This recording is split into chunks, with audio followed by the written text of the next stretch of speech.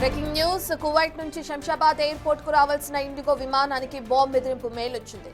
మరి కాసేపట్లో శంషాబాద్ లో ల్యాండ్ కావాల్సిన విమానాన్ని ముంబైకి దారి మళ్లించారు. ఇండిగో విమానం అర్ధరాత్రి 1:30కు కువైట్ లో బయలుదేరింది.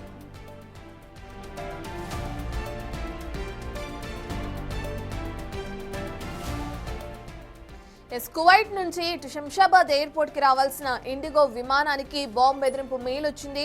అయితే శంషాబాద్ విమానాశ్రయంలో మరి కాసేపట్లో ల్యాండ్ కావాల్సిన ఈ విమానాన్ని ముంబైకి దారి మళ్లించడం జరిగింది. ఏదైతే బాంబు బెదిరింపు మెయిల్ వచ్చిన నేపథ్యంలో ఇండిగో విమానం అర్ధరాత్రి 1:30కు అటు కువైట్ నుంచి బయలుదేరింది.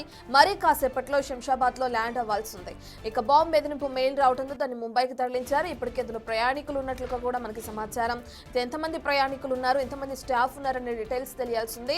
అయితే మెయిల్ ఎక్కడి నుంచి వచ్చిందనేది ప్రధానంగా ఇప్పుడు ప్రశ్నార్థకంగా మారింది.